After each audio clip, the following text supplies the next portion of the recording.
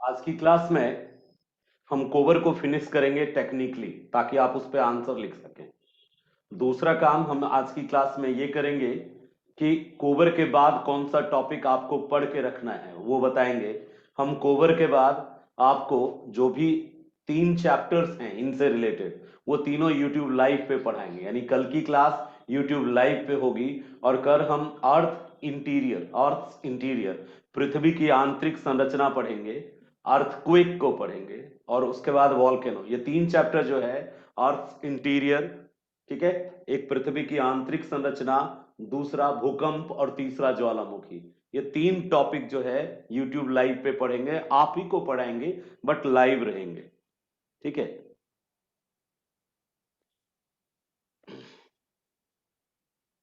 अच्छा, त्यागी जी कह रहे हैं हॉल अलग है, हाग अलग है। ठीक है, हम चेक कर लेते हैं। हाग महोदय ने दिया था ये थ्योरी, कॉन्सेप्ट जो है जियोसिंक्लाइन का, हाग महोदय ने दिया था। हॉल हो सकता है दूसरा हो जो डाना के साथ थ्योरी दिया हो। हम जियोसिंक्लाइन वर्ड क्वाइन करने वाली बात बताए थे, याद रखिएगा, हाग ने दिया था।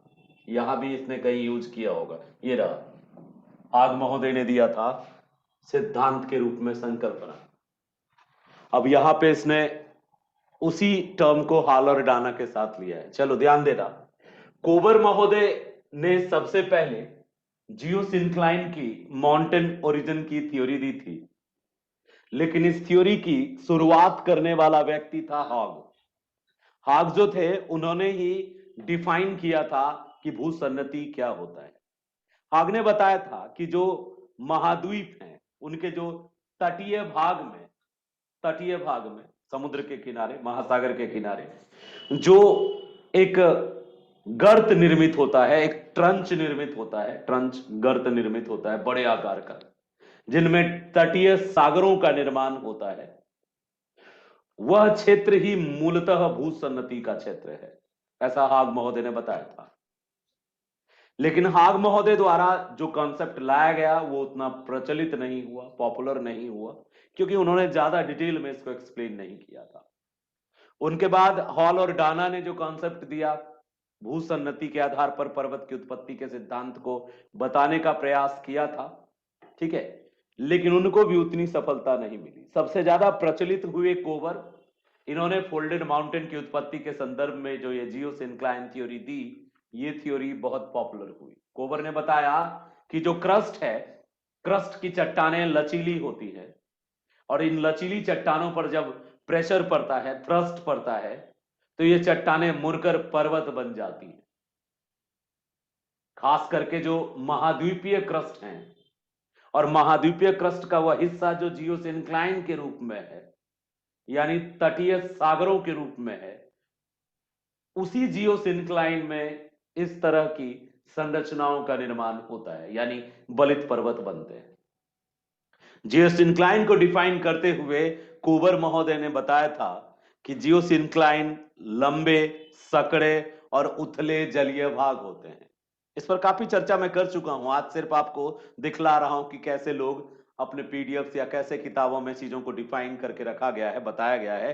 तो ये उथले जलीय भाग होते हैं जिनमें तलछटीय निक्षेप यानी डिपोजिट्स भरे होते हैं। तली पर इतना दबाव होता है अवसादों का कि तली में एक धसाव, एक प्रेशर सा क्रिएट होता है। प्रायः सभी विद्वान ने यह माना है कि इन्हीं भूसन्नतियों में ही, इन जियोसिंक्लाइन में ही जो भी पर्वत बने हैं, चाहे वो प्राचीन हो या नवीन हो, ठीक है, प्राचीन हो या नवीन हो,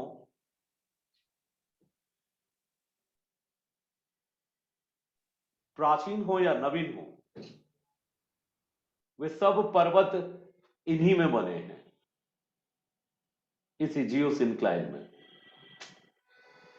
मैं इनको, जिनका माइक ऑन है वो सुन रहे हैं आप, एंड्रॉयड, ब्लू रॉयड जो भी हैं, डिस्टर्ब हो रही है क्लास, प्लीज अपने माइक ऑफ रखिए। चलिए इनको निकाल देते हैं, क्योंकि ये सुन ही नहीं पा रहे हैं, हो सकता है टेक्निकली पुअर होंगे, इनको नहीं आता होगा करने के लिए म्यूट, बट मैं म्यूट कर रहा हूं तो फिर से वो अनम्यूट कर ले रहे हैं अपने आप को। तो कुछ लोग थोड़ा सा समझदारी से काम नहीं लेते हैं। आपको डीएसपी बनना है, एसडीएम बनना है, चीजों को फॉलो नहीं कर पाएंगे तो कहां से बनेंगे फिर। ध्यान दीजिएगा, लास्ट टाइम है वार्निंग, यदि आप अब भी अब माइक म्यूट नहीं करते हैं देन आपको हम अभी क्लास से निकाल देंगे।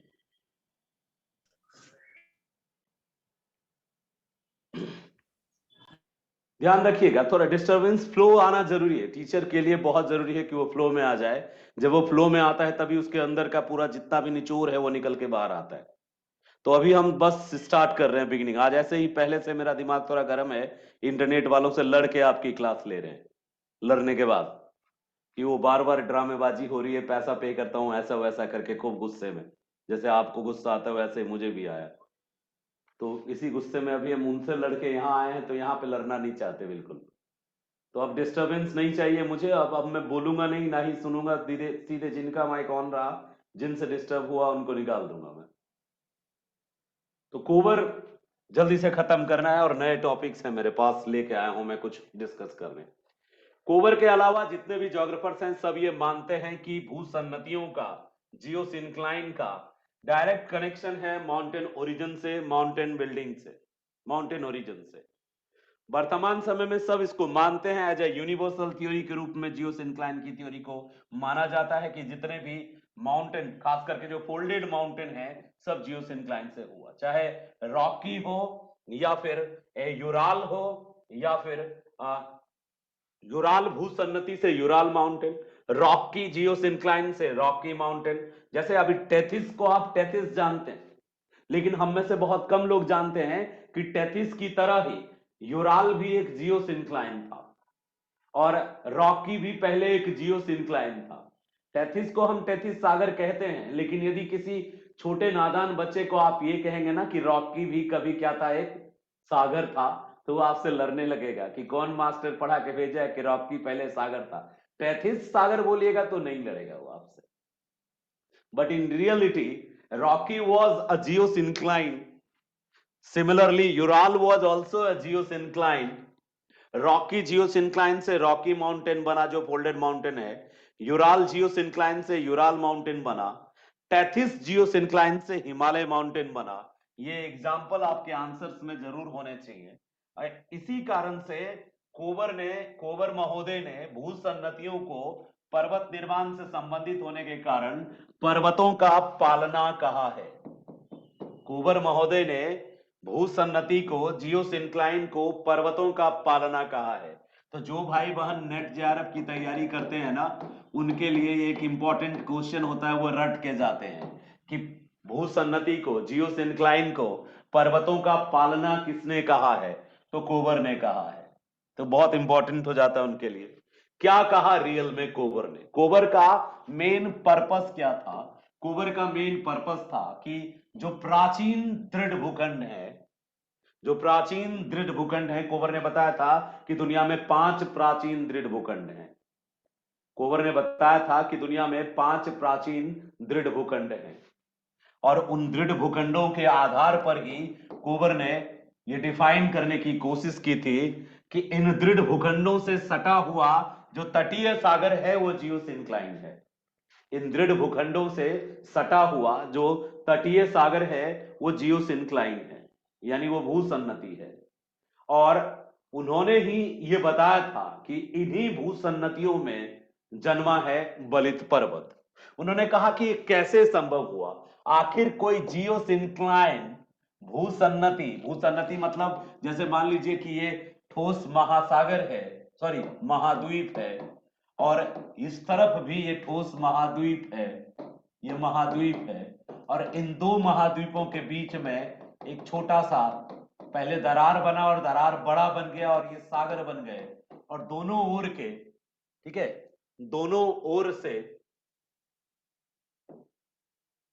ठीक है, तो दोनों ओर से ये दोनों ओर से जो महाद्वीपों से आने वाली नदियां हैं, दोनों ओर की नदियां, वो नदियां आके इनमें अपने अवसाद गिराती गई। वो नदियां जब इनमें अवसाद गिराती गई तो उन अवसादों से इनका संकुचन हुआ।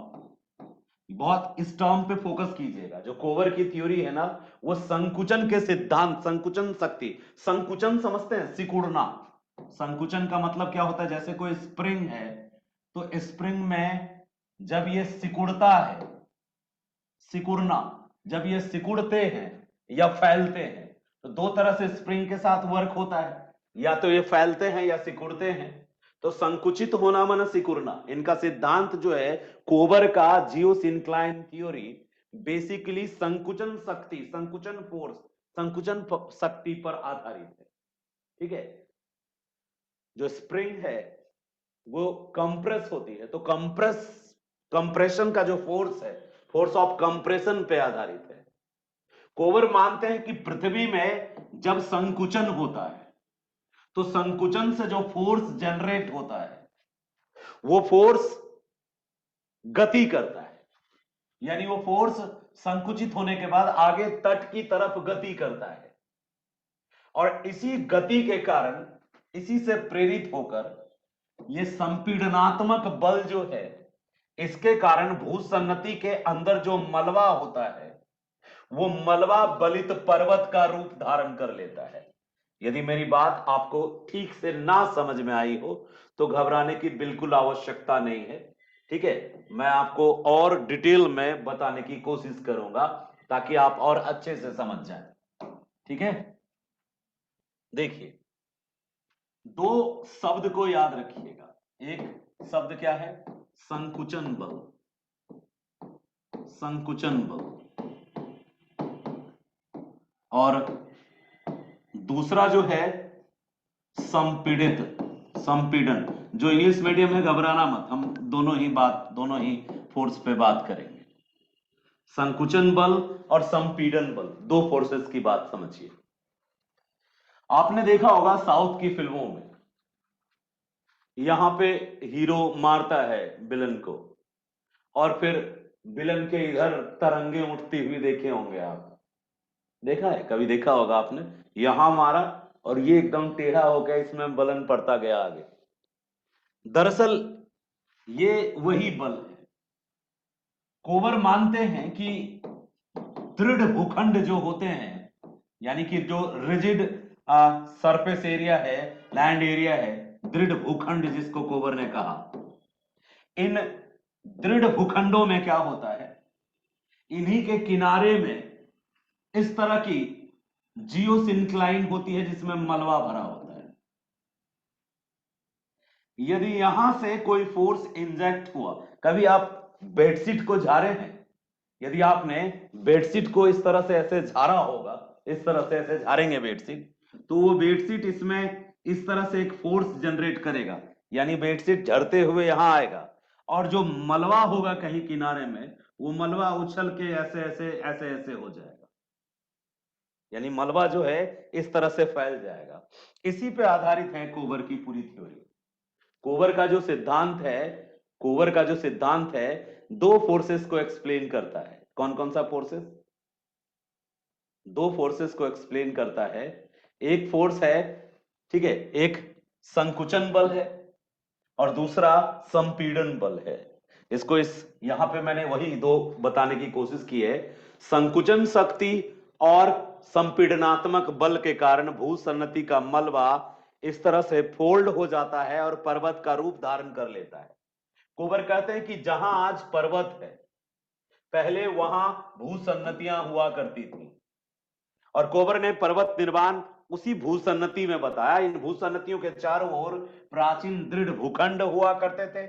इस भूखंड के लिए एक टेक्निकल टर्म यूज किया, क्रेटोजेन। कोबर ने इस भूखंड को कहा क्रेटोजेन। जो दृढ़ भूखंड थे वो क्रेटोजेन थे।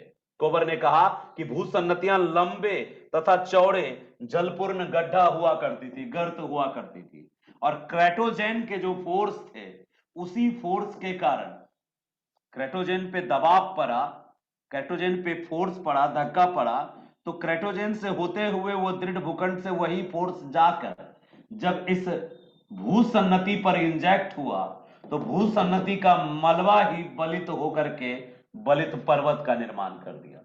ध्यान रखिएगा, बस यही है पूरे कोबर की थ्योरी।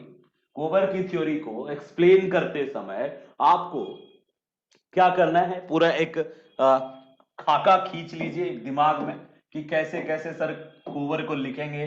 यदि क्वेश्चन आ गया आप क्वेश्चन भी लिख लीजिए, कोबर पर एक क्वेश्चन लिख लीजिए, explain the mountain origin theory of कोबर। कोबर की पर्वत निर्माण या पर्वत उत्पत्ति के सिद्धांत की व्याख्या करें, या कोबर के पर्वत निर्माण के भूसन्नति सिद्धांत की व्याख्या करें। आपको भूसन्नति लिख के भी नहीं देगा, वो सीधा लिख देगा कि कोबर के पर्वत निर्माण सिद्धांत की व्याख्या करें। ये बार बार पूछा गया प्रश्न है, आप क्वेश्चन बैंक में भी देखेंगे तो कोबर आपको मिलेंगे। कोबर की पर्वत निर्माण सिद्धांत की व्याख्या करें। आप एक फॉर्मेट ले लीजिए, आपके आंसर्स अभी तक मैं आपको भेज नहीं पाया हूं, इसके लिए क्षमा प्रार्थी हूं, जल्दी ही भेज दूंगा। आप में से एक दो भाई जो हैं त्यागी जी हो गए और कई लोग हो गए जो कह रहे हैं जल्दी से भेज दीजिए, मैं भेज दूंगा, एक दो दिन लूंगा, आपको पर्सनली भेज दूंगा। और एक विकास या कोई बच्चा है जो चंपारण एरिया से है, वो कह रहे हैं क्लास ले लीजिए, सिर्फ आंसर राइटिंग पे क्लास लेंगे लेकिन कोर्स से अलग जब टाइम निकालेंगे तब, थोड़ा लंबा खींचेगा क्लास उसमें, और उसमें जो इच्छुक लोग होंगे वही आएंगे, ठीक है। कोबर में सबसे पहला पैराग्राफ जो होगा वो कोबर का इंट्रोडक्शन होगा, कौन थे कोबर, क्या थे कोबर, ये मैं आपको एक पीडीएफ भेज देता हूं जिसमें मिल जाएगा आपको, ठीक है, कल मिलेगा शाम तक, पहले से परेशान मत होना है। तो कोबर कौन थे, इनका इंट्रोडक्शन दे देंगे। उसके बाद फिर थोड़ी सी चर्चा करेंगे कि कोबर ने जो सिद्धांत की थ्योरी दी भूसन्नति यानी जियो सिनक्लाइन की जो थ्योरी दी, तो जियो सिनक्लाइन की थ्योरी सबसे पहले यानी इसका हिस्टोरिकल बैकग्राउंड ऑफ द जियो सिनक्लाइन देंगे। जियो सिनक्लाइन की हिस्टोरिकल बैकग्राउंड यानी कि हिस्टोरिकल बैकग्राउंड में वही हाग और डाना के बारे में या हाल और डाना के बारे में बताएंगे। हाल और डाना और हाग दोनों के, पहले हाग के बारे में बताएंगे फिर हाल और डाना के बारे में बता देंगे। दो थे तो दोनों का जिक्र कर देंगे और यदि एक थे तो एक का जिक्र कर देंगे। बस यहाँ हिस्टोरिकल बैकग्राउंड बताना है आपको। मेरे अनुसार से हाग जो थे वो पहले थे और हाल डाना बाद में आए होंगे, क्योंकि हाग ने ही सबसे पहले जियो सिनक्लाइन टर्म को क्वाइन किया। यहाँ पे हिस्टोरिकल बैकग्राउंड में तीन बातें दिखनी चाहिए। एक, किसने क्वाइन किया, क्या है भूसन्नति, और भूसन्नति के एग्जाम्पल, और हो सके तो एक मैप आपको जो बताया था कि जिसमें भूसन्नति पूरे दुनिया का एक वर्ल्ड मैप बना दीजिए, रॉकी, एंडीज और इधर से एक देखा था टेथिस, और बाकी जितनी भूसन्नतियां हैं जो सिनक्लाइन है उन सब को एक मैप से दिखा देंगे तो ज्यादा बेहतर रहेगा।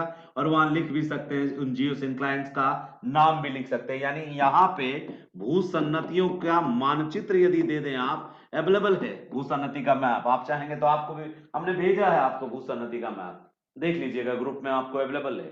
तो भूसन्नति का मानचित्र बना देंगे आप, और उसके बाद फिर आप कोबर पे दोबारा आएंगे और लिखेंगे कि कोबर ने सिद्धांत जो दिया, कोबर का सिद्धांत का पूरा मूल रूप बताएंगे।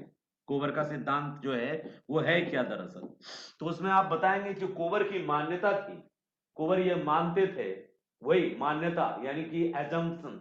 कोबर का एजम्पशंस जो है उसमें दो टर्मिनोलॉजी जरूर दिखना चाहिए, कौन, क्रेटोजेन दिखना चाहिए, और एक और टर्म है क्रेटोजेन के अलावा हम बताएंगे आपको, ठीक है, ये रेंड केटेन। तो ये टेक्निकल टर्म है किसके, कोबर की थ्योरी के, ये टेक्निकल टर्मिनोलॉजी है, और इन टर्मिनोलॉजी को आपको निश्चित रूप से लिखना पड़ेगा, तब लिखेंगे तभी आप बता पाएंगे, ठीक है। तो कोबर की जो थ्योरी है उसमें इन दो टर्म को आपको डिफाइन करना जरूरी है। एक टर्म क्या है, क्रेटोजेन। क्या है क्रेटोजेन, तो जब आप लिख रहे होंगे कोबर की थ्योरी तो वहां पे आप बताएंगे कि कोबर ने अपनी थ्योरी के बारे में क्या बताया। इंट्रोडक्शन में कोबर का इंट्रोडक्शन दिए थे, लेकिन जब कोबर की थ्योरी, कोबर का सिद्धांत लिखेंगे तब ये वाला डायलॉग जो आप यहां देख रहे हैं, इस डायलॉग पे आपका फोकस होगा। आप इसमें बताएंगे कि दरअसल कोबर ने क्या, किसको कहा था भूसन्नति, कोबर ने किसको कहा था। कोबर ने भूसन्नति कहा था कि भूसन्नति एक सकड़ा, लंबा या उथला, कम गहरा, छिछला, जो भी आप सैलो, एक छोटा सा गर्त है, गड्ढा है जो कॉन्टिनेंट के आसपास क्रिएट होता है। उसके बाद आप बताएंगे कि कोबर की मान्यता थी कि ये भूसन्नतियां ही पर्वतों का पालना है, यानी जितने भी बलित पर्वत हैं इन भूसन्नतियों में बने हैं। कोबर ये मानते थे कि जो ये 5 या 6 दृढ़ भूखंड है, कोबर के अनुसार कि पहले पूरे वर्ल्ड में, पूरी दुनिया में टोटल 5 दृढ़ भूखंड थे। एक मिनट हम कंफर्म हो लेते हैं नंबर ऑफ जियोसिंक्लाइन जो बताया था कोबर ने, उसको लेके पहले हम कंफर्म हो लेते हैं एक बार आपको। ऐसे मैंने आपको इमेज भेजा था जियोसिंक्लाइन का, उसमें ये मेंशन किया हुआ था, एक बार चेक करने दीजिए मुझे। जी बिल्कुल, कोबर के अनुसार 5 प्राचीन दृढ़ भूखंड थे, 5 प्राचीन ओल्डेस्ट दृढ़ भूखंड थे, रिजिड लैंड एरियाज थे। और इन्हीं दृढ़ भूखंडों को कोबर ने एक टेक्निकल टर्मिनोलॉजी, एक टेक्निकल टर्म दिया। उन्होंने इन दृढ़ भूखंडों को क्रेटोजेन कहा। ये लिखना नहीं भूलेंगे कि कोबर ने इन दृढ़ भूखंडों को क्रेटोजेन कहा। कोबर के अनुसार कुल 5 दृढ़ भूखंड थे दुनिया में। एक था उत्तरी अटलांटिक मास, दूसरा था सीनो साइबेरियन मास, और तीसरा था अफ्रीका ब्राजील मास। वो जो इमेज भेजा हूं ना, सविंद्र सिंह से लेके भेजा हूं और आपके पास उपलब्ध है ग्रुप में, उसमें 5 के नाम लिखे हुए हैं। ठीक है, चीन साइबेरिया महाद्वीप, उत्तरी अटलांटिक महाद्वीप, अफ्रीका ब्राजील महाद्वीप, ऑस्ट्रेलिया भारत मैडागास्कर महाद्वीप और प्रशांत महाद्वीप। इन 5 को उन्होंने दृढ़ भूखंड बताया था कोबर ने कहा था कि इन 5 दृढ़ भूखंडों के मध्य में, इन 5 दृढ़ भूखंडों के मध्य में पूरे विश्व में इन भूखंडों के तटीय भागों में लंबे चौड़े जल से भरे हुए छोटे छोटे सागर हैं, गड्ढे हैं, यही है जियोसिंक्लाइन। ये जो 5 दृढ़ भूखंड हैं, इन 5 दृढ़ भूखंडों को क्या पुकारा उसने? क्रेटोजेन। कहा कि क्रेटोजेन के एरियाज में पट्टी जैसी की, और ये जियोसिंक्लाइन की विश्व में फैली हुई हैं अलग अलग दिशाओं में। रॉकी जियोसिंक्लाइन, राल जियोसिंक्लाइन, टेथिस जियोसिंक्लाइन, कई सारे जियोसिंक्लाइन ने डिनोट किए, बताया। ठीक है, रॉकीज, यूराल, टेथिस और परिप्रशांत जियोसिंक्लाइन। कोबर के अनुसार इन जियोसिंक्लाइन में दोनों तरफ से जो क्रेटोजेन थे, या कुछ ऐसे भी जियोसिंक्लाइन थे जिसमें चारों तरफ क्रेटोजेन थे, तो क्रेटोजेन से नदियां जो है क्रेटोजेन से अवसादें लाती थी और इन जियोसिंक्लाइंस में जमा करती थी। ये सागर हैं, जियोसिंक्लाइंस क्या हैं? तटीय सागर हैं, और वे तटीय सागर जिनमें की माउंटेन ओरिजिन की कैपेसिटी है। तो इन जियोसिंक्लाइंस में दोनों ओर के क्रेटोजेन से डरना मत। क्रेटोजेन मतलब महाद्वीपीय भाग। कोबर के अनुसार जो महाद्वीपीय भाग थे, यानी जो भूखंड थे, ठोस भूखंड थे, उनमें कुछ प्रशांत महासागर को भी उसने रिजिड लैंड माना। कोबर ने प्रशांत महासागर के तलीय भाग को भी रिजिड लैंड माना। तो इसमें कंफ्यूज मत हो जाना, कई छोटे बच्चे कंफ्यूज हो जाएंगे कि सर जब हम कोबर पढ़ रहे हैं तो ये तो प्रशांत महासागर को भी रिजिड लैंड मानता है। जहां जहां बलित पर्वत हैं सिर्फ वही है जियोसिंक्लाइन। प्रशांत महासागर की तली जियोसिंक्लाइन नहीं है, वो रिजिड लैंड है। तो रिजिड लैंड को ही उन्होंने क्रेटोजेन कहा। और अब क्रेटोजेन की बात कर ली हमने, मान लो क्रेटोजेन की बात कर ली मैंने, और साथ ही साथ बाकी सारे टॉपिक पे डिस्कस कर लिया मैंने। यहाँ पे एजम्पशंस भी बता दिया कि वो क्या मान के चले थे।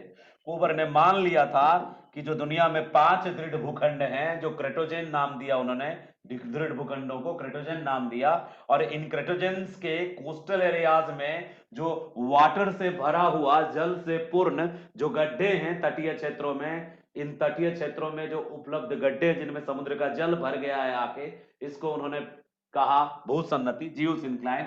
उन्होंने रॉकी जियोसिंक्लाइन की बात की, यूराल जियोसिंक्लाइन की बात की, टेथिस जियोसिंक्लाइन की बात की। उन्होंने कहा कि ये सब जियोसिंक्लाइन थे। टेथिस जियोसिंक्लाइन था, यूराल जियोसिंक्लाइन था, रॉकी जियोसिंक्लाइन था। और बाकी जितने जियोसिंक्लाइन थे उसको उन्होंने परिप्रशांत जियोसिंक्लाइन कहा।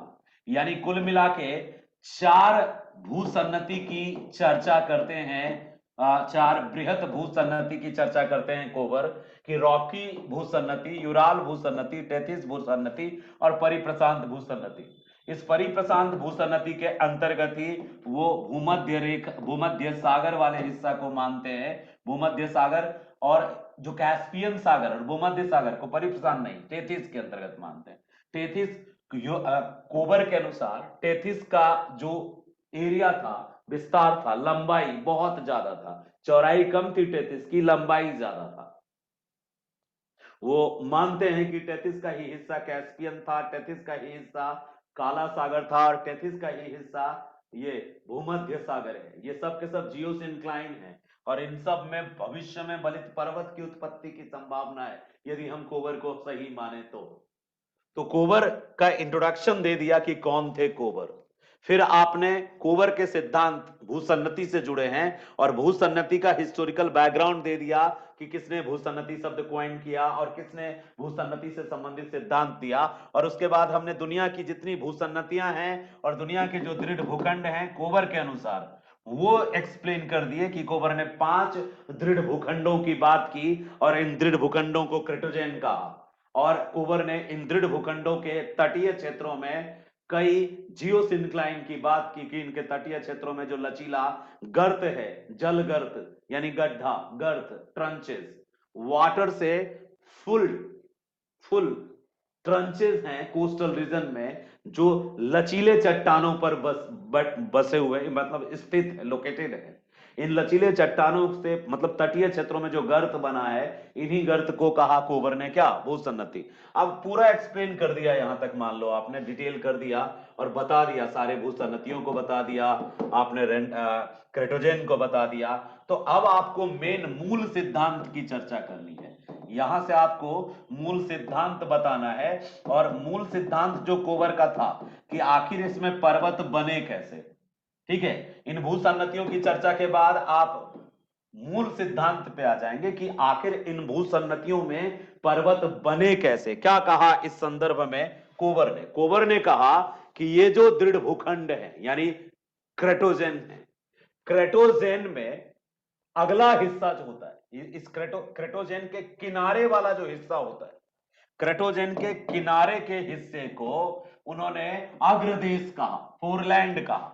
जो क्रेटोजेन है ना, प्रत्येक भूसन्नति के किनारे पर दृढ़ भूखंड का जो भाग होता है, क्रेटोजेन का जो हिस्सा होता है, उसके लिए उन्होंने फोरलैंड टर्म यूज किया और उसने कहा कि इसी फोरलैंड का इरोजन होता है, इसी फोरलैंड का इरोजन होता है और इरोजन करती है नदियां, और नदियां उस मलबे से इस भूसन्नति को भरने की कोशिश करती है। यानी क्रेटोजेन का वह हिस्सा, क्रेटोजेन बहुत विस्तृत है, बहुत विस्तार होता है क्रेटोजेन का, तो क्रेटोजेन के जिस हिस्से का मलबा वहां पहुंचता है, कहां, जियोसिंक्लाइन में भरने के लिए, जियोसिंक्लाइन गड्ढे को भरने के लिए। देखो प्रकृति का नियम है कि जब बरसात होती है तो तुम देखोगे कि जहां ऊंचा क्षेत्र है वहां की चट्टान को काट के जो नीचा क्षेत्र है उसको भरने का, तो जियोसिंक्लाइन तटीय भाग का एक महाद्वीप का नीचा क्षेत्र है, तो उसको भरने के लिए जिस क्षेत्र का मलबा काटती है नदियां उसको फोरलैंड कहते हैं। और इस फोरलैंड के मलबे से जब जियोसिंक्लाइन भर जाता है, अवसाद का जमाव जब बहुत ज्यादा हो जाता है, तो उसके भार में वृद्धि होने से, डिपोजिट्स के भार में वृद्धि होने से जो जियोसिंक्लाइन का बॉटम है वो बॉटम धंसने लगता है। धंसने को सबडक्शन कहा उन्होंने, अवतलन, सबडक्शन। और जब वो धंसने लगता है तो धंसने से क्या होता है, जब जब वो जियोसिंक्लाइन का बॉटम धंसने लगता है तो इस धंसने के कारण लंबे समय तक जब ये सबडक्शन जारी रहता है तो भूसन्नति की गहराई बढ़ने लगती है। गहराई क्या होने लगती है, बढ़ने लगती है गहराई। और जब गहराई बहुत ज्यादा बढ़ जाती है और मलबा का निक्षेप, डिपोजिट्स भी बहुत ज्यादा हो जाता है, यानी कि लगभग भर जाती है जियोसिंक्लाइन, तो पृथ्वी इसको क्षैतिज संचलन करके संतुलित करने की कोशिश करती है। पृथ्वी के संकुचन से उत्पन्न क्षैतिज संतलन, क्षैतिज संचलन के कारण भूसन्नति का दोनों अग्रदेश एक दूसरे की ओर खिसकने लगता है। इसको समझो, इस लाइन को समझो। मान लो एक क्रेटोजेन तुम हो और दूसरा क्रेटोजेन उस तरफ है। तुमने एक टॉवल तक जो होता है ना, क्या क्या बोलते हैं, तौलिया, तौलिया पकड़े हुए, तौलिया का एक छोर वो पकड़ा हुआ है, एक छोर तुम पकड़े हो। तुम भी दृढ़ हो, योगेंद्र त्यागी जैसा मजबूत पहलवान उधर खड़ा है और उसके बराबर का टक्कर का पहलवान इधर खड़ा है। हम भी उस बराबर में ही है, मोटे ताजे, और पकड़े हुए हैं तौलिया कस के। हम भी क्रेटोजेन है, वो भी क्रेटोजेन है, दृढ़ भूखंड। और बीच में जो लुचुर पुचुर तौलिया है, थोड़ा गड्ढा भी हल्का ढीला छोड़ देंगे ताकि बीच में गहरा रहे। तो वो जो बीच में डाउन सा एरिया बना है, वो डाउन एरिया मान लो कि भूसन्नति है, वो जियोसिंक्लाइन है। चाहे वो रॉकी जियोसिंक्लाइन हो, चाहे वो यूराल जियोसिंक्लाइन हो, चाहे वो टेथिस जियोसिंक्लाइन हो। अब क्या है, उस जियोसिंक्लाइन में नदियां क्या करेंगी, एक दो लोग को नदियां बना लेते हैं जो आप में से हैं। वो नदियां क्या करेगी, इसमें अवसाद लाएगी, बड़ा बड़ा ईटा ला के देते जाना, तौलिया के बीच में रखते जाना, रखते जाना। एक ईटा में दोनों के हाथ पे कोई दबाव नहीं पड़ेगा, दोनों क्रेटोजेन है, दृढ़ भूखंड है। 2 ईटा, 3 ईटा, 4 ईटा, 5 ईटा, 20 ईटा। अब जाके थोड़ा थोड़ा उधर हालत खराब होने लगा त्यागी जी का। वो किनारा, उसका अग्रभाग यानी जो फोरलैंड है, वो अब आगे की ओर खींचने लगेगा, और मैं भी इधर का जो आगे का भाग है खींचने लगेगा। यानी कि जब मलबा भर जाता है जियोसिंक्लाइन में, तो पृथ्वी का संकुचन के कारण उत्पन्न क्षैतिज संचलन होता है। मतलब पृथ्वी में जब दबाव पड़ रहा है तो संकुचित होगी पृथ्वी की ऊपरी परत, सिकुड़ेगी, सिकुड़ेगी तो दोनों आगे का भाग क्या होने लगेगा, एक दूसरे की ओर खिसकने लगेगा। और जब खिसकने लगे दोनों के आगे का भाग एक दूसरे की ओर, तो इसी अवस्था को पर्वत निर्माण की अवस्था कहते हैं। यानी मलबा इतना भर जाए कि मलबे के दबाव से, धसाव से दोनों अग्रभाग, दोनों फोरलैंड करीब आने लगे, तो कोवर ने कहा यही पर्वत निर्माण की अवस्था है। यही पर्वत निर्माण की first, this is the first stage of the mountain building. Folded mountain origin का पहला स्टेज कहा, मलबा फुल हो गया, खिंचाव इतना हो गया कि दोनों भाग एक दूसरे की ओर आ रहा है, तो मतलब ये फर्स्ट स्टेज है। और उसके बाद क्या होता है, दोनों भाग में जो ये खिंचाव पैदा हुआ एक दूसरे के नजदीक आने का, तो भूसन्नति के दोनों किनारों पर दो पर्वत श्रेणियों का निर्माण हो जाता है। ऐसे कंडीशन में क्या होता है, दोनों किनारों पर पर्वत का निर्माण क्यों हो जाता है, आप सोचोगे नहीं। जब दोनों एक दूसरे की ओर खींचता है, तो जो उसकी तली है, वो तली उस नीचे के जो बॉटम वाली चट्टान है उसमें घर्षण पैदा करती है। नहीं समझ में आ रहा है, आएगी बात समझ में। कभी जैसे उधर से तुम जब उस ओर धक्का दोगे तो निचला पेंदी तुम्हारा रुकावट पैदा करेगा, अपने बॉटम के साथ घर्षण करेगा। और जब घर्षण होगा तो उस रुकावट के कारण दोनों तरफ एक दीवार सा, यानी दोनों तरफ पर्वत की उत्पत्ति होगी। इस पर्वत को रेंड केटन कहते हैं, रेंड केटन का। कोबर का कहना है कि जब दोनों का अग्रभाग एक दूसरे की ओर खिसकने लगता है, तो उसके खिसकाव के कारण उसकी तली और नीचे का जो पेंदी है, नीचे का जो बॉटम है उस जियोसिंक्लाइन का, उसके बीच फ्रिक्शन होता है, एक टकराव होता है। और उस टकराव के कारण दोनों ही किनारे पर माउंटेन जनरेट हो जाता है। और ये शुरुआती माउंटेन होता है जिसको उन्होंने रेंड केटन नाम दिया। रेंड केटन याद ना रहे तो भी कोई दिक्कत नहीं है, दोनों किनारों पर पर्वतों की उत्पत्ति होती है। और यदि संपीड़न बल, जब जब इधर से भी दबाव दिए, तो ये पेंदी पर दबाव पड़ रहा है ना, ये जियोसिंक्लाइन की पेंदी है। और इधर से त्यागी जी वाला वो क्रेटोजेन है, क्रेटोजेन, इधर से मेरे वाला क्रेटोजेन है। तो क्रेटोजेन इस पर दबाव बनाता है, ये क्रेटोजेन इस पर दबाव बनाता है, तो ये इस पर एक तरह से कंप्रेस होता है। यानी मान लो इसकी हालत स्प्रिंग जैसी होती है, पहले ये एकदम ठीक थी, फैली फैली सी, अब इधर से भी दबाव पड़ रहा है, इधर से भी दबाव पड़ रहा है, तो सबसे पहला बलन यहां पड़ेगा और यहां पड़ेगा, दो पर्वत बनेंगे दोनों तरफ, ये रेड केंटन कहलाएंगे। यदि प्रेशर दोनों का सामान्य है तो बस यही दो पर्वत बन के रह जाएंगे। लेकिन प्रेशर यदि बीच में कोई प्रभाव नहीं पड़ेगा, लेकिन प्रेशर यदि बहुत ज्यादा है, ठीक है, प्रेशर यदि बहुत ज्यादा है, तो क्या होगा, जो बीच का अप्रभावित भाग है उसको उसको उन्होंने वलन की ग्रीवा कहा था, यानी वो बीच के पार्ट को उन्होंने नेक कहा था, neck of the fold, folding का नेक कहा था कि ये एक पर्वत बना, ये दूसरा पर्वत, इसके बीच इसका गर्दन है, समझ लो ग्रीवा खंड है, और ये टूट जाएगा और फिर टूटने के बाद यहां वॉल्केनिक इरप्शन भी हो सकता है और भी बलन पड़ सकता है, यानी अन्य पर्वत श्रेणियों का निर्माण भी हो सकता है, ऐसा कोवर महोदय ने कहा। यहां ये सब कुछ उसी में एक्सप्लेन होगा कोवर के सिद्धांत में, कि कोवर ने कैसे पर्वत की उत्पत्ति को समझाया।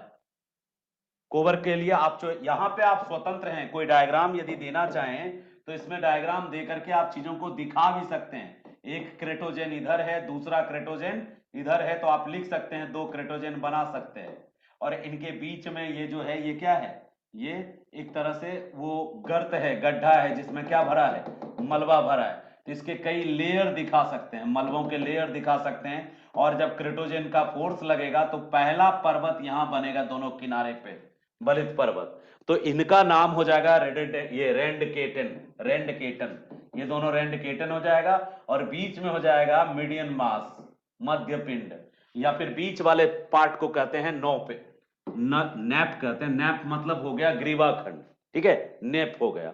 कभी कभी दबाव सामान्य रहा तो ये ऐसे के ऐसे रह जाता है, लेकिन विशिष्ट मध्य पिंड के आधार पर कई पर्वतों को समझाया उन्होंने।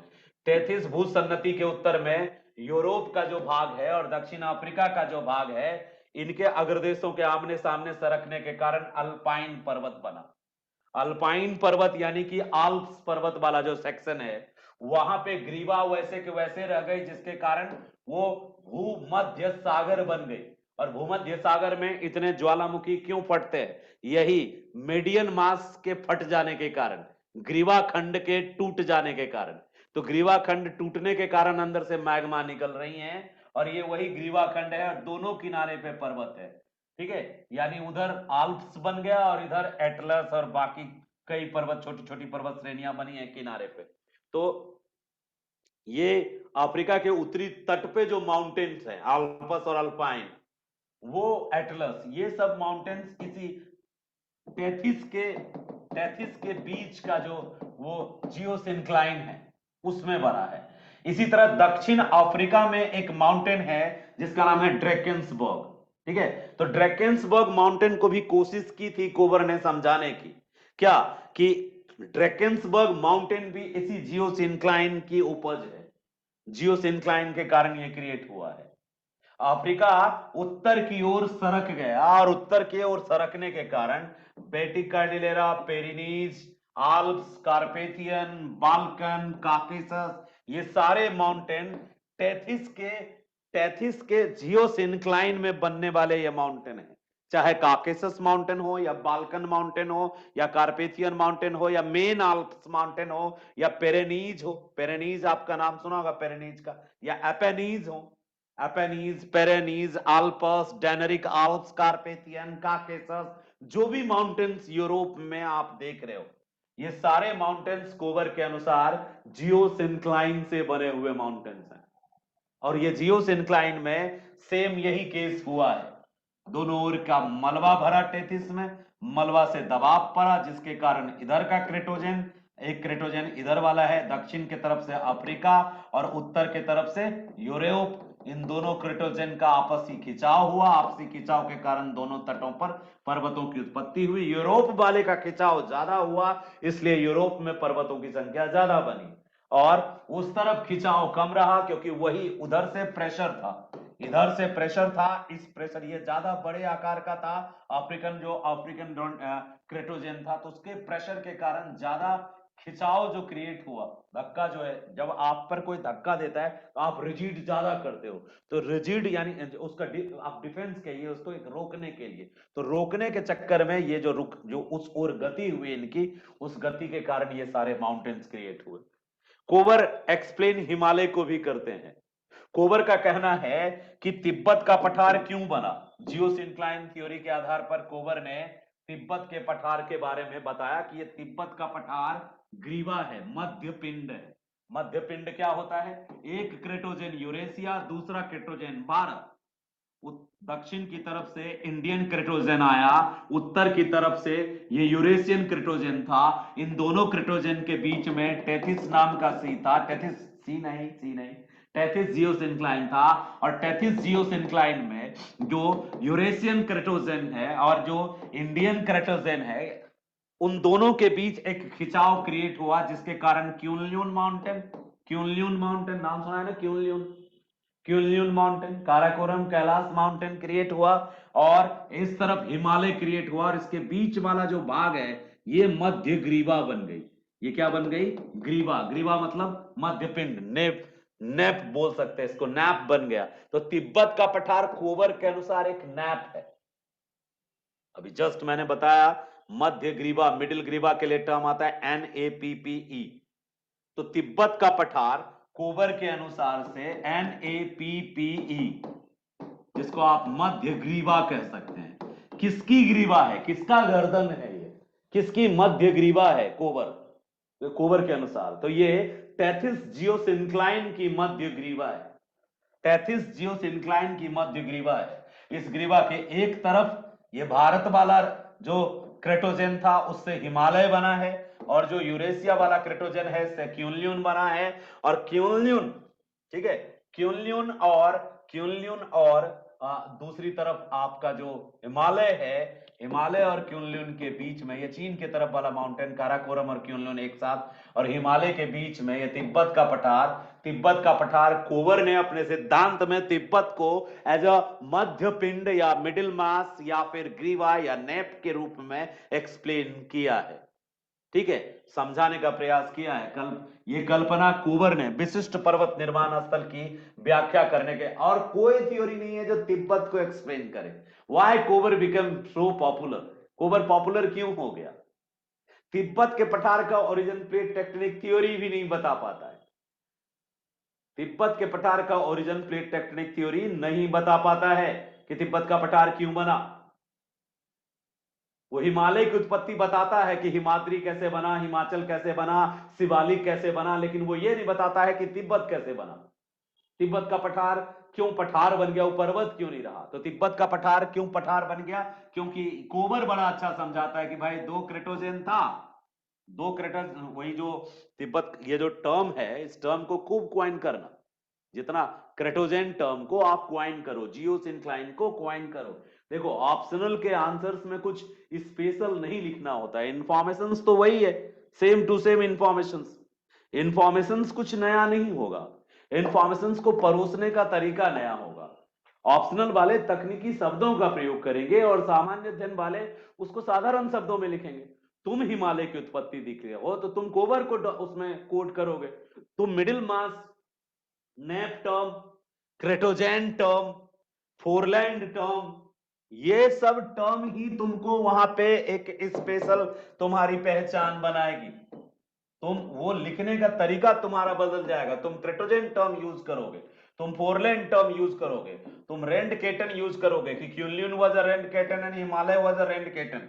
Between two rand craton there was a mass, there was a, हाँ, ये जो एरिया बना है ये तिब्बत है, ठीक है, और तुम डायग्राम भी बना दोगे तो ये मध्य मास है, मीडियन मास, मध्य मास है। इसी मध्य मास को कोबर ने ग्रीवा खंड या नेप कहा, नेप।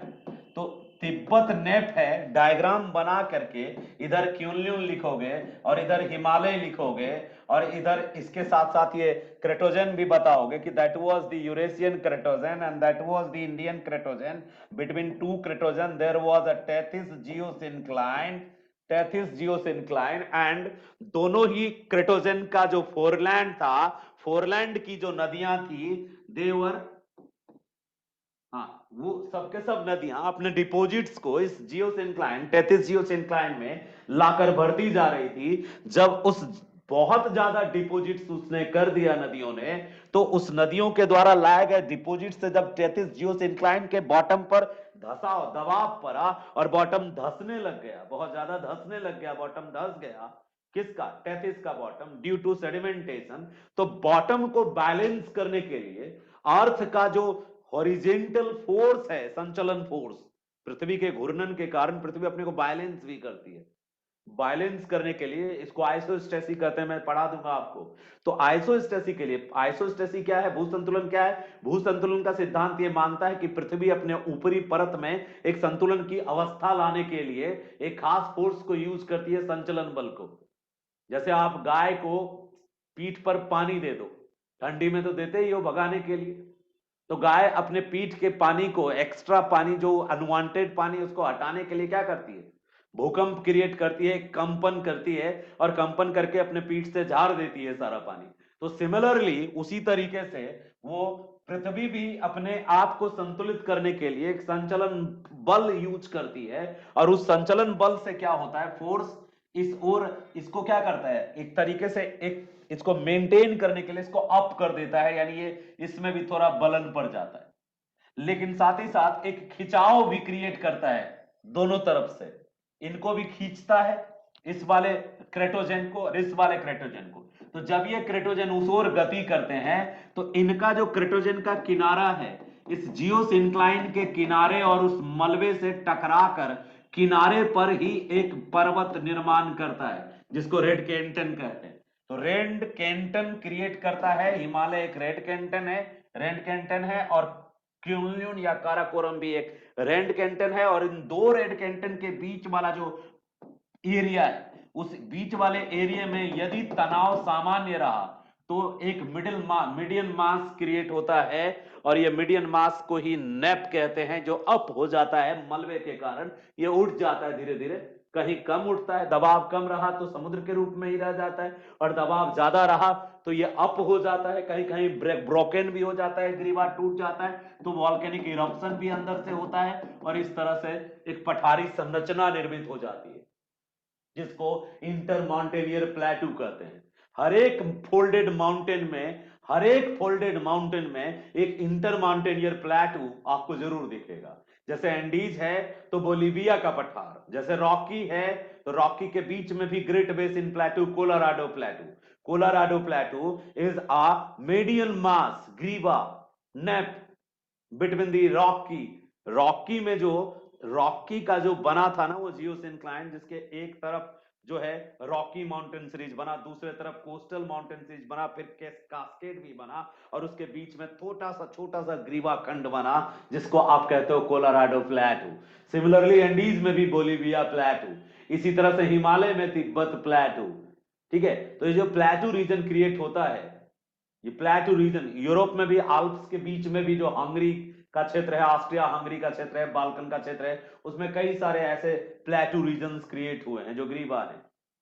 तो सब जगह जहां भी फोल्डेड माउंटेन्स बन रहा है, कोबर की ये बात सच साबित होती है, क्लियर करती हुई दिखती है कि कोबर का जो कॉन्सेप्ट है वो सेट होता है वहां पे।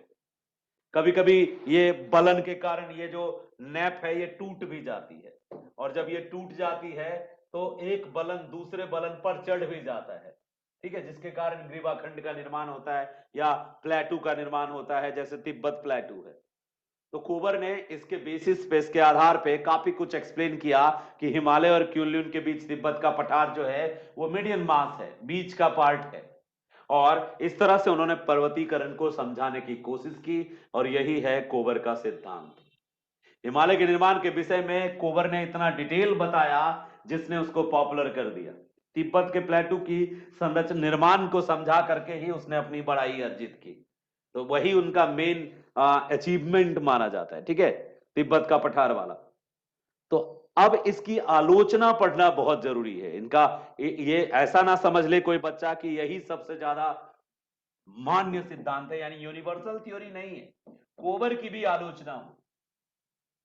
कोबर से पूछा गया कि आप कहते हो कि पृथ्वी खुद को सिकोड़ती है, कंप्रेस करती है, वो कौन सा बल है जो पृथ्वी को सिकुड़ने के लिए मजबूर करता है? और यदि पृथ्वी सिकुड़ती है तो क्या सिकुड़ने मात्र से पर्वत बन जाएगा? तो कोबर का, पहली कोबर की आलोचना होती है, कोबर को क्रिटिसाइज किया जाता है कि कोबर ने कहा कि पर्वतों का निर्माण जिस बल से होता है वो बल है पृथ्वी के सिकुड़ने का बल। तो सिकुड़ने का बल पर्वत, इतने बड़े पर्वत के निर्माण के लिए इतना छोटा फोर्स, जिस फोर्स की बात कोबर करते हैं, यह अपर्याप्त है, इसीलिए कोबर की आलोचना होती है। बड़े फोर्स जब तक इसमें नहीं इंडल्ज होंगे, जैसे प्लेट टेक्टोनिक के वाला सिद्धांत कहता है कि पूरा का पूरा भारतीय उपमहाद्वीप ही जाके टकरा गया है यूरेशिया से, तो ये फील आता है कि हाँ भाई इतना बड़ा स्थलखंड टकराएगा तो हिमाद्री हिमाचल जैसा माउंटेन पैदा होगा। क्यों? बहुत बड़ा फोर्स, बहुत बड़ा थ्रस्ट उस पर लगेगा। लेकिन सिर्फ ये मान ले कि टेथिस में मलबा बढ़ गया, जिससे दोनों के तरफ खिंचाव आया, तो उससे इतनी ऊंची चोटी बन गई, 3-3 चोटियां बन गई, हिमाद्री हिमाचल शिवालिक बन गया।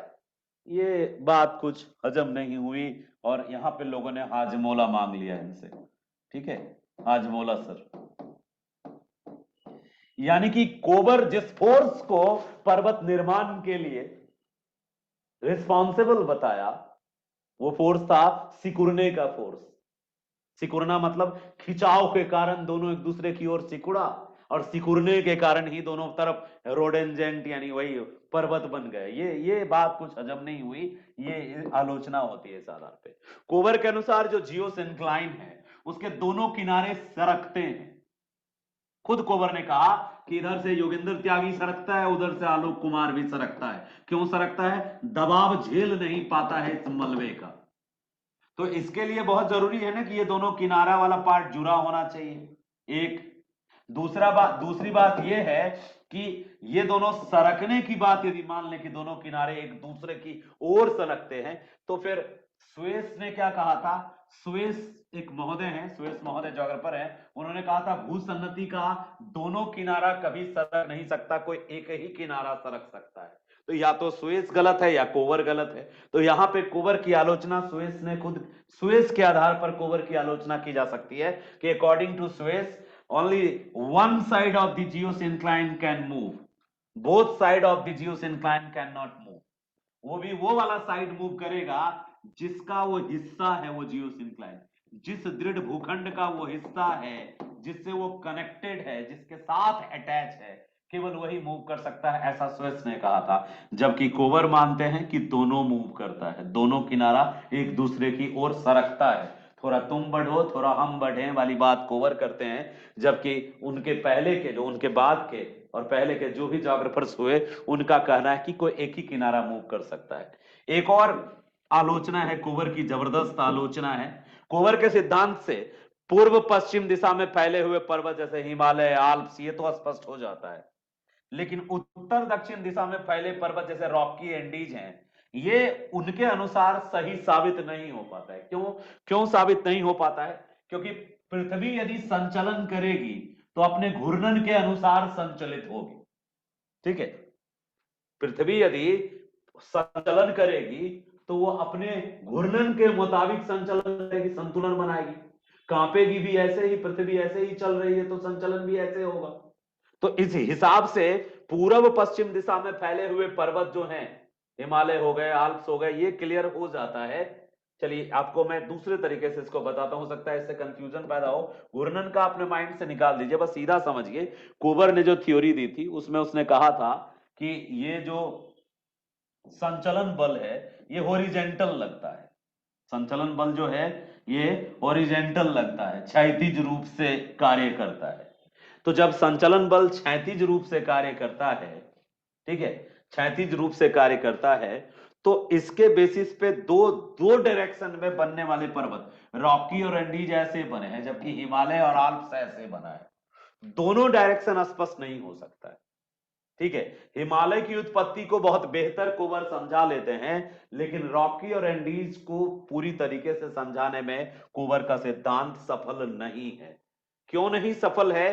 तो जो मेन कोबर के प्रॉब्लम बस फोर्स के साथ है। जिस फोर्स को कोबर ने पर्वत निर्माण के लिए रिस्पॉन्सिबल बताया, उस फोर्स को लेकर ही उसकी आलोचना की जाती है। कोबर उस फोर्स को ज्यादा अच्छे से डिफाइन नहीं कर पाए, यही कोबर की कमी है। उम्मीद करता हूं कि अब आप कोबर लिख लेंगे, आलोचना भी लिख लेंगे कोबर की, और कोबर की पूरी थ्योरी लिख लेंगे। कुछ बच्चे ऐसे भावुक होंगे जो सोचते होंगे कि तब क्या माने, पर्वत बना कैसे? जब भी पर्वत बनने की बात होगी, पर्वत के निर्माण की बात होगी, तो हम दोनों का जिक्र करेंगे, कोवर के सिद्धांत का भी जिक्र करेंगे, और प्लेट टेक्टोनिक थ्योरी जो थी, जिस पर आर्थर होम्स ने बात की थी, जिस पर हैरी हेस ने बात की थी, उस पर भी हम, उस दोनों को हम दिखाने की कोशिश करेंगे। ठीक है, चलिए कल की जो क्लास है हमारी, हम आज ही आपको बता दें, कल हम आपकी क्लास लेंगे लाइव यूट्यूब पे, और यूट्यूब पे लाइव 4 क्लास होगी, टोटल 4 क्लासें होंगी यूट्यूब पे लाइव। क्या क्या होगा? एक ओरिजिन होगा, पृथ्वी का origin of solar system, origin of solar system, इसी के साथ ओरिजिन ऑफ अर्थ हो जाएगा। ये सिलेबस का पार्ट है, जीएस में आपको काम देगा।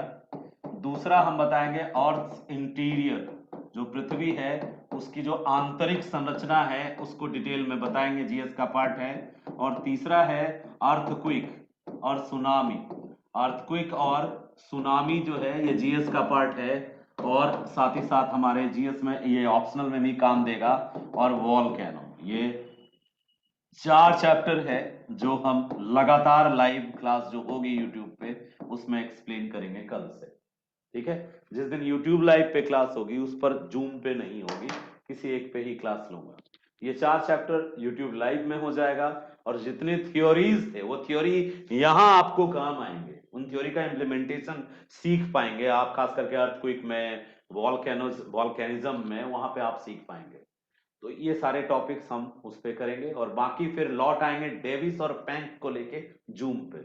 यानी 4 से 5 क्लास आपकी लाइव होगी, और फिर छठी क्लास जो होगी, लाइव का भी लिंक आपके ग्रुप में डला रहेगा, जब चाहे तब उसको ओपन करके देख सकते हैं। भला उनका भी हो जाएगा जिनका जीएस है ज्योग्राफी में, उनको ये कॉमन चैप्टर है, सबको पढ़ना चाहिए कंपटीशन के लिए। चलिए कल मिलते हैं आपसे, लाइव जो यूट्यूब का होगा उसका लिंक सेंड करेंगे, और उसमें चर्चा हो सकता है कि ओरिजिन ऑफ सोलर सिस्टम और ओरिजिन ऑफ अर्थ के जितने हाइपोथेसिस हैं, मेरी क्लास ऑप्शनल को ध्यान में रख के होगी। जीएस वाले का फायदा होता है तो ठीक है, और नहीं होता है तो वो उन पर निर्भर करता है कि वो कितना ज्ञान चाहते हैं। जी, जिनका माइक ऑन है वो पूछिए, क्या पूछना चाहते हैं? एक बच्चे गुड ने इवनिंग हैंड सर। रेज किया है, कौन है ये बच्चा? Good evening sir. जी, दिव्या सर वर्मा, नोट्स कब से पूछिए। सर नोट्स कब से प्रोवाइड करा रहे हैं? अच्छा, आवाज मुझे क्यों नहीं सुनाई दे रही है भाई? Hello hello. एक मिनट।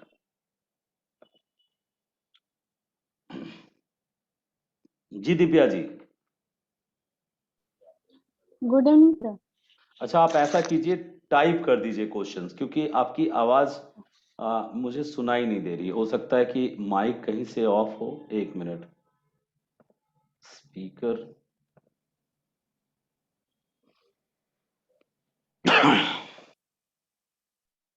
अब बोलिए, अब सुनाई देगी। जी हेलो। जी जी, अब सुनाई गुड देगी। Evening sir. Good evening. Sir notes कब से प्रोवाइड कर रहे हैं? देखिए, नोट्स के लिए ज़्यादा आपको इंतज़ार नहीं करना है। नोट्स हम आपको सिर्फ जो समझाते जा रहे हैं उस पर बनाते जाइए। नोट्स के रूप में हम सिर्फ मॉडल आंसर्स ही देंगे आपको, और बाकी जो है रीडिंग देंगे हम, जो डिफरेंट डिफरेंट बुक है उसको स्कैन करके पीडीएफ में कन्वर्ट करके आपको देंगे। जो सर रिटर्न हमारे में, पास बुक अवेलेबल नहीं है, तो सोच रही थी आप इसीलिए कह रीडिंग रहा बुक हूं दे मैं, आप पूरी पूरी तरह मेरी बात सुनिए। रीडिंग हम आपको देंगे, रीडिंग्स का मतलब जिनके पास बुक्स अवेलेबल नहीं है उनके लिए स्कैन करके पीडीएफ में कन्वर्ट करके रीडिंग्स देंगे। नोट्स होता है जो टीचर खुद लिख के, या टीचर का अपना प्रिंट किया हुआ या अपना मटेरियल होता है, उसको नोट्स मैं कहता हूं।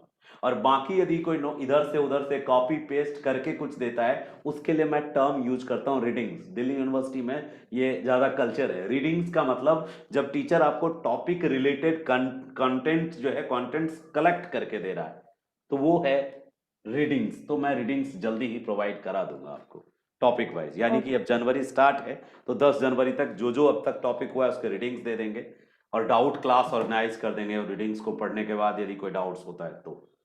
ठीक ओके है, सर, थैंक यू। अब जी, जिया कह रही है 64th के ऑप्शनल का प्लेट टेक्टोनिक का डिमांड बता दीजिए। ठीक है जिया, आप इसको पूछ लीजिएगा, हम बता देंगे व्हाट्सएप पे, आपको बता देंगे, और क्लास में भी किसी दिन बता देंगे बच्चों को। ठीक है।